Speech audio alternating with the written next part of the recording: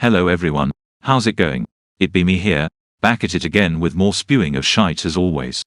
So today I thought I'd do something a bit different and do a review type style thing with the first Hitman movie, released back in 2007. This will be the first time that I've actually watched this movie. I've heard mixed things, but I know it's not as bad as this. But anyway, the opening with Ave Maria in the background is obviously a callback to Blood Money, and this sort of general intro scene is pretty solid, showing what 47's life was like inside the institute. Then we're taken to London where 47 confronts this detective prick. Interesting to see 47 gloat here by saying that if he wanted to kill him, I'd have done it when you walked to the car this morning, and gone by the time your body hit the sidewalk. Pretty strange to hear 47 talk so often, but I suppose that's just gonna have to happen in a movie, so it is what it is. Then we flash back to 3 months ago, where 47 is in Niger and kills a bunch of dudes with a shit ton of explosives that he shoved down some man's throat. My man 47 was not getting a 5-star silent assassin rating for that one. Then we see the investigator guy investigating that whole thing, and this guy is somehow convinced that all of these assassinations were carried out by the same guy. I mean, that literally doesn't make any sense at all how he's come to that conclusion, but I guess the movie has to happen somehow. Also, I like how this implies that there was a scene beforehand that has this inspector guy put all of these pins on this map before placing this final one, and they just didn't question it at all. Then we go to St. Petersburg where we see 47 drinking at a bar. Pretty weird to see him like this, since he's usually drinking to blend in, but nah, my guy is just chilling out. Respect. Then this chick tries talking to him and asks for his name.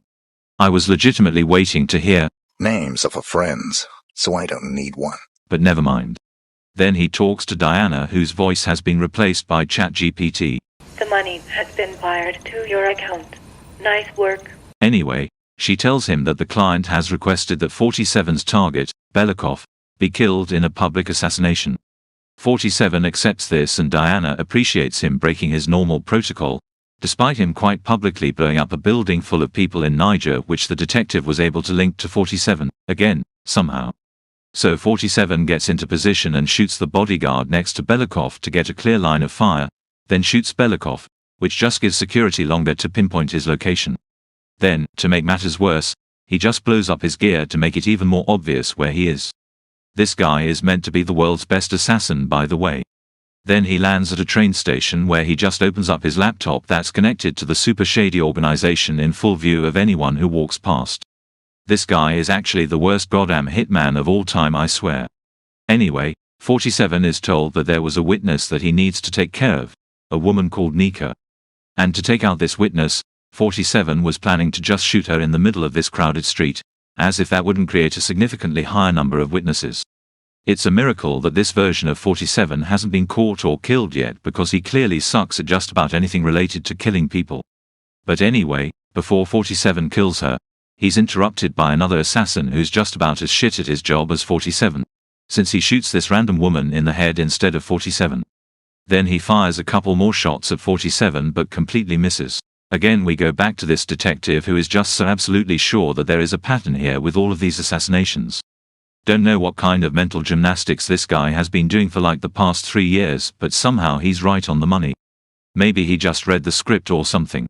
Anyway, they get a tip from the hotel concierge and go to investigate. So now we're back at the hotel where 47 is told by the ICA that Belikov survived the shot to the head, and somehow 47 never heard of this news at any point during the day, because I'd imagine that'd be pretty fucking important news to be talking about, but apparently he heard nothing.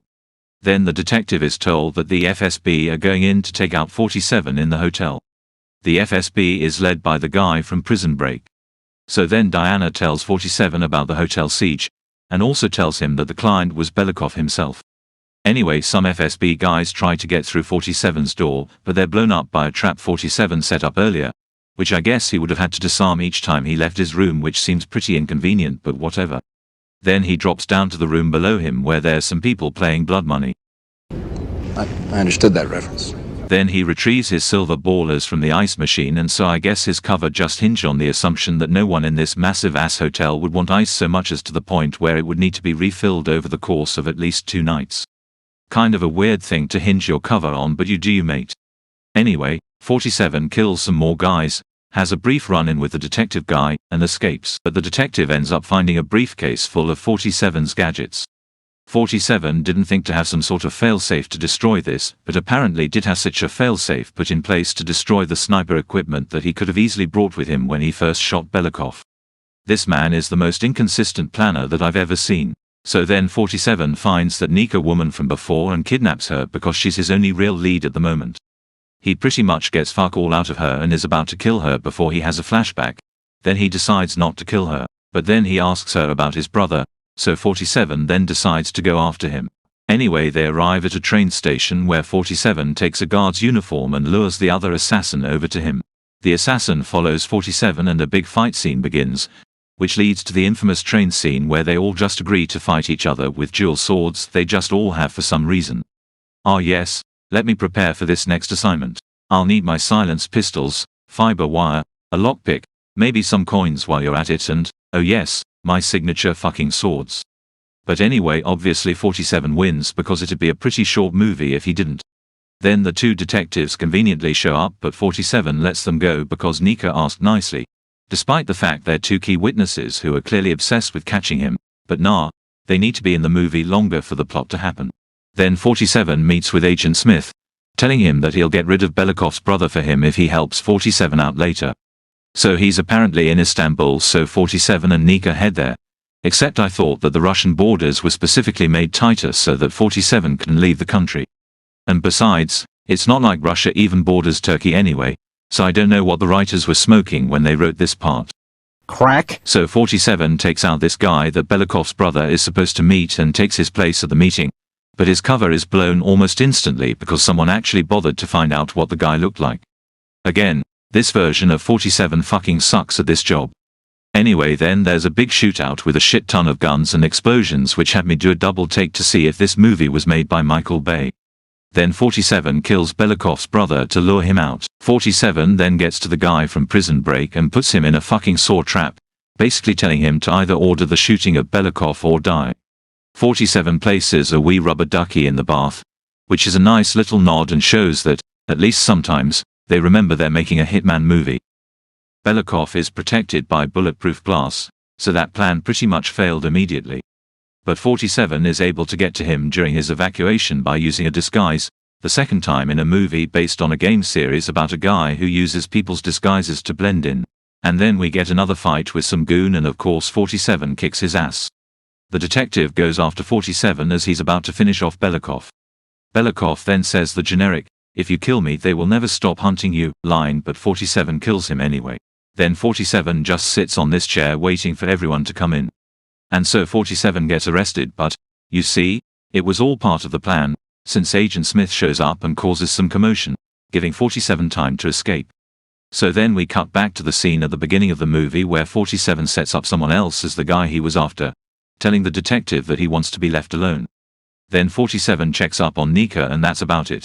In general, I didn't mind this movie. I mean, don't get me wrong, it's an absolutely atrocious Hitman movie.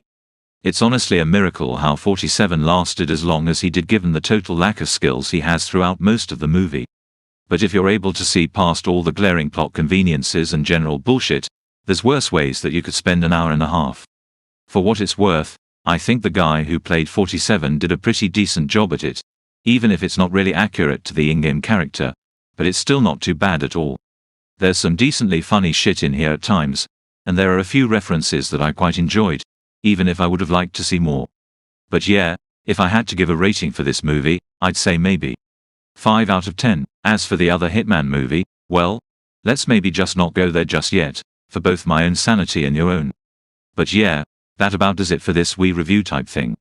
Wanted to try out something a bit different and see how it does. Feel free to leave some feedback in the comments down below.